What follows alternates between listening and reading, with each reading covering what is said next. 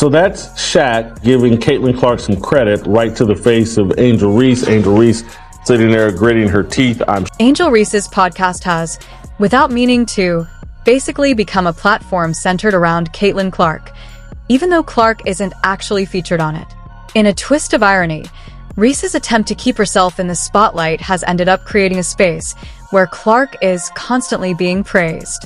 However, nothing could have prepared her for Shaquille O'Neal's appearance, during which he openly and repeatedly admired Clark's abilities. From giving Clark clear recognition right in front of Reese, to likening Reese to a player who never reached Hall of Fame status, and even pointing out flaws in her layup technique, Shaq's comments made Reese visibly uneasy. In this segment, we'll take a closer look at this uncomfortable interaction and explore what it reveals about the changing landscape of women's basketball. Before we get into it, make sure to subscribe to the channel. Are you ready? Let's get started. Angel Reese on the Unapologetically Clout-Chasing Caitlin Clark podcast. I think that's what it's called. Unapologetic Clout-Chasing of Caitlin Clark podcast, hosted by Angel Reese's podcast Unapologetically Angel was intended to be her personal stage, a space where she could shape the narrative and showcase who she is beyond basketball. However, in an ironic turn of events that feels almost satirical, it has turned into an unexpected platform highlighting Caitlin Clark's greatness. Episode after episode, guests end up talking about Clark, often without Reese even mentioning her first. It's almost like Clark's name has taken on a life of its own, appearing whenever the conversation shifts to women's basketball. Fans have picked up on this pattern, filling social media with humorous reactions about how often it happens. One witty remark even joked about rebranding the show as The Caitlin Clark Show, hosted by Angel Reese. Throughout multiple episodes, discussions that begin on completely unrelated topics somehow circle back to Clark's remarkable statistics, her game-changing moments, and the overall influence she's having on the sport. When you say Cheryl swoops Caitlin Clark, it's like, oh my goodness, Cheryl doesn't like her, so let's see what this is about. And like, all of that's stupid to me. Mm-hmm. It's not true. It's all stupid. And also, now they may be mad when I say this, because it's funny to me. Like, when I look at the number 22s in the league, like I was 22, Asia's 22, Caitlin's 22, like those are some hell of a good number 22s. And we're all a part of the Nike family. Because of women's basketball, whenever you think of Angel Reese, people often mention Caitlin Clark. You've said in interviews, there's no beef, but the media keeps going on. This is your platform. So how do you feel about that situation? I think just being able to be in that moment of it happening, you never realize how something can literally change your life. And knowing my 5 fingers and my other finger pointing at my hand could literally have changed my life for like forever.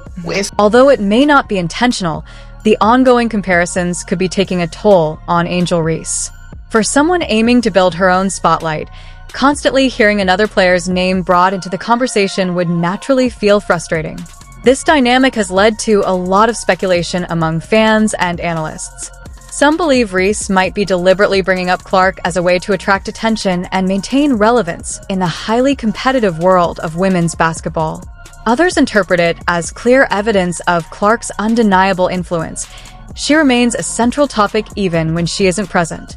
As more episodes aired, excitement began to grow around Shaquille O'Neal's upcoming appearance. Known for his outspoken nature and larger-than-life presence, Shaq seemed like the perfect guest who could possibly redirect the attention back to Reese. Let's not get it twisted. I'm an angel all day. Like, I don't want people to turn it one way and then she think I'm turning my... No one could have predicted that Shaq's appearance would actually amplify the irony.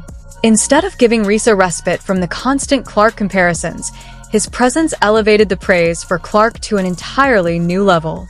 The basketball legend's growing admiration for Clark quickly became the centerpiece, transforming what was supposed to be Reese's moment into another installment of the Caitlin Clark story. It wasn't just about celebrating Clark, though. Shaq also made some awkward, unfiltered comments about Reese herself. He openly criticized her layup technique, giving viewers a preview of the cringeworthy moments that were about to unfold. She She can't be rookie of the year because all she do is do the flip shots, get rebounds. Just remember all that. As we watch Shaq's appearance on the podcast, we witness his transformation from a Clark skeptic to a full admirer unfold in real time, right before a visibly uncomfortable Angel Reese. In the high-pressure world of basketball, changing your opinion can sometimes be perceived as a weakness. Yet when Shaquille O'Neal took the microphone on Reese's show, he was prepared to admit he had been wrong.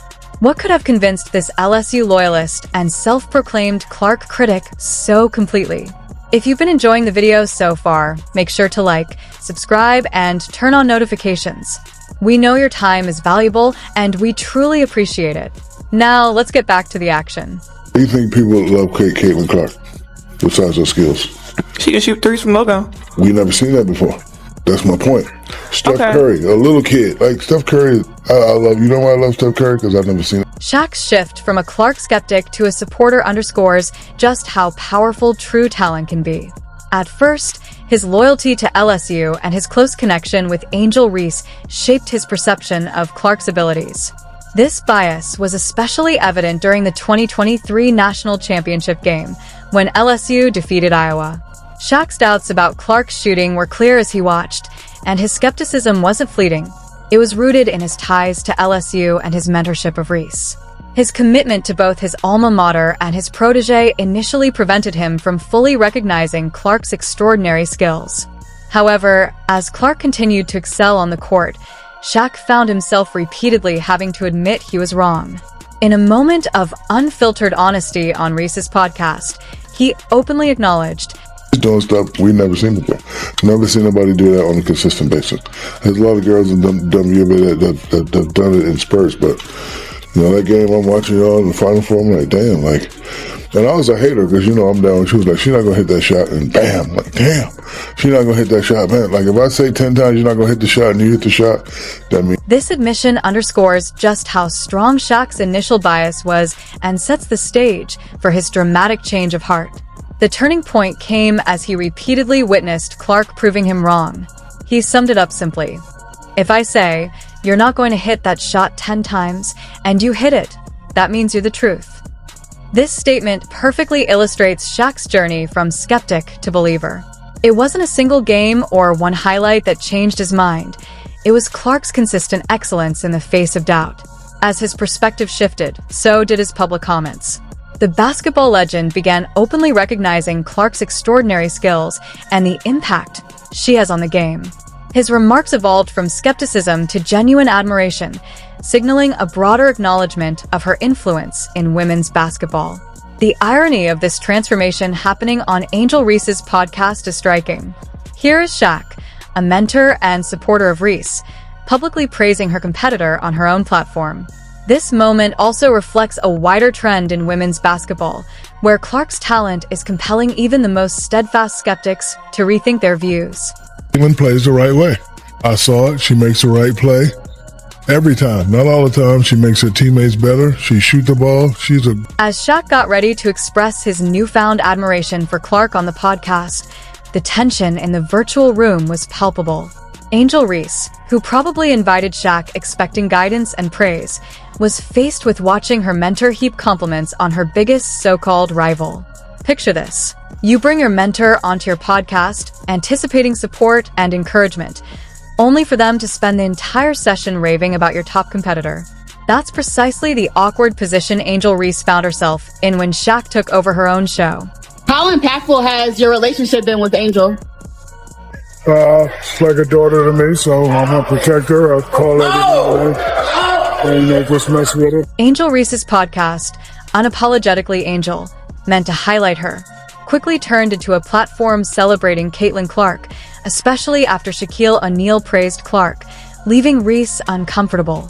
Shaq, once a skeptic and LSU loyalist, admitted Clark's talent and consistent excellence.